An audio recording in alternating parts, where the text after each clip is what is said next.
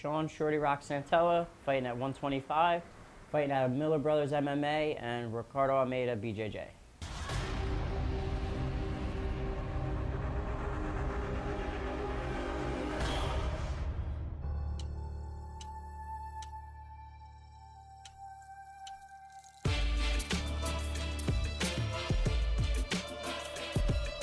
I don't know if it's my record, if it's my team, whatever it is, you know, people just don't want to come in and make weight. Everybody's looking to get that extra advantage. I don't know what it is. It's starting to get out of control. The most disrespectful thing a fighter could do is definitely call somebody out and then not make weight when they show up. This is being completely unprofessional. You know, the first part of your job is signing a contract, making that contracted weight, and the second is putting on a great show for the fans. And making weight, man, that's part of your job. I don't know how people don't make weight. It's crazy. Just teammates, you know, in my own weight class. Other than that, you know, I'll fight anybody at 125 in the world. Yeah, I actually, I think I have. I think I've gotten it before, and I think that there's some kind of mistrust led where, you know, I got the call and I was signed up for a different organization, and I wasn't able to get out of a contract even though I had a UFC clause. It didn't really make sense to me. But yeah, I definitely feel like I belong there. You know, with my record, I don't think there's anybody outside of UFC that has my record with my finishing rate that really isn't in the UFC. And I think that's another big reason on why people don't want to fight me, is because everybody thinks, or a lot of the promoters, well, nobody wants to fight you because of your record. They think you should be in the UFC. But I'm not, you know? So you would think that people would want to use me to get into the UFC. And nobody wants to take a hard fight this day and age. Even Rizzo, they want me to fight Rizzo.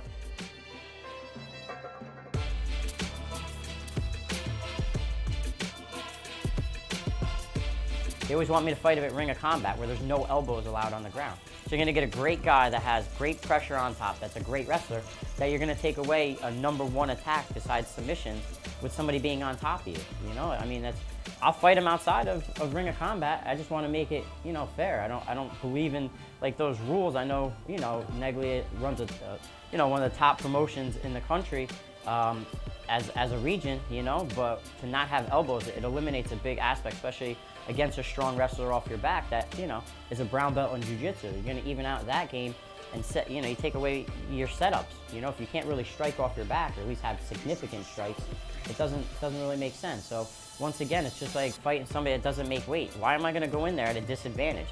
You know, I know the kid's gonna come in and take me down, but if I can't strike off my back, he's got an advantage, you know? So Rizzo, if you wanna fight me outside of the Ring of Combat, let's do it, man. I feel like I'm 1 or 2 wins away from still getting back in, you know? I mean, I had a great streak. I beat pretty much everybody out there that I had to beat.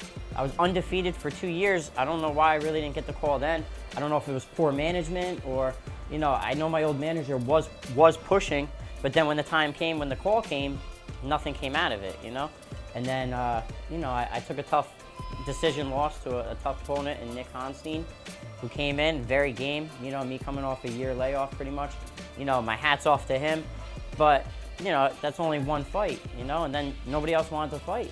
You know, it's kind of crazy that, you know, my dream is to get in the UFC, but I'm limited because I don't control my destiny anymore. It's other people, you know, it's relying on people to come in and make weight when it's part of the sport. I don't understand. It's just, you know, it's crazy. My last 9 out of 10 fights, people haven't made weight. You know, I feel embarrassed for these guys, you know, like, call yourself a professional. Man, find another sport.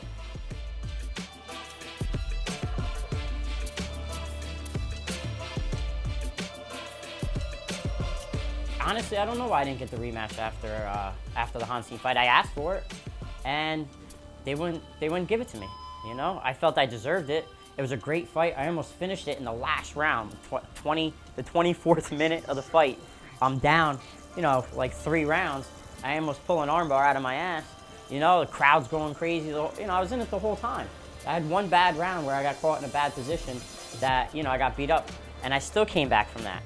And you would think, you know, having their belt, fighting everybody that they put in front of me, that I would get an immediate rematch. You know, I've seen people get less in that organization, you know? And, you know, I just thought I helped build it, you know? And it was kind of, it kind of left a sour taste in my mouth. And then even trying to fight for him again, you know, I didn't get any feedback. I wanted to fight for him, you know? I thought it was my home, but then, you know, things change, you lose, and it's like, you know, now I'm all the way down at the bottom, you know? George St. Pierre loses his title, he ain't going all the way down to the bottom, I can tell you that. You know, why should I? And I'm not sitting here making millions of dollars. I ask for what I deserve, you know? And if you don't appreciate me and think I deserve that, then all right, then I'll walk, you know?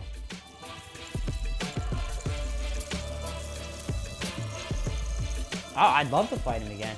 I think that match would be great. I think it's a completely different fight, you know? He's got good jiu-jitsu, he's a strong wrestler, you know, he's a big kid. You know, I came off an 8-month injury, you know, and I was still holding my own 5 rounds. You know, I was a little flat-footed, you know, I had some ring rust, but now I have a better team, better training partners. You know, that fight is completely different this time around. Okay. I think I finish him. I think I sub him. You know, I had him in some tight stuff, and you know, he's you know, pretty flexible, and he likes playing my game. But I just think it's another, you know, different time around this time if I had that rematch. My home at Miller Brothers MMA, where I'm teaching full-time jiu-jitsu, training with Jimmy and Danny and those guys, Andy Main, Claudio Ledesma, Melvis, a lot of these guys pushing me. And, you know, I'm always learning that you know, there's never an ego there. Everybody's pushing everybody.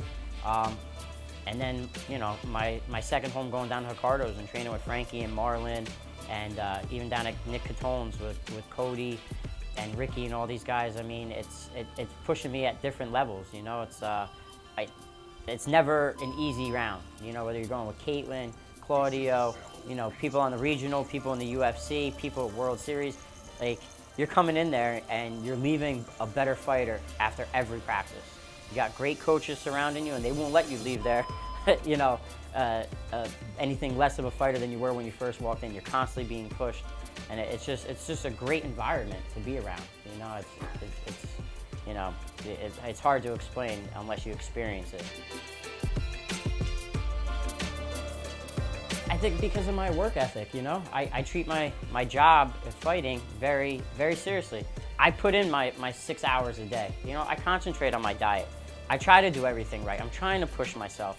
A lot of these guys, they just kind of take it as, I'm going to take a class here or there. I'm going to put in, you know, a few hours here and there.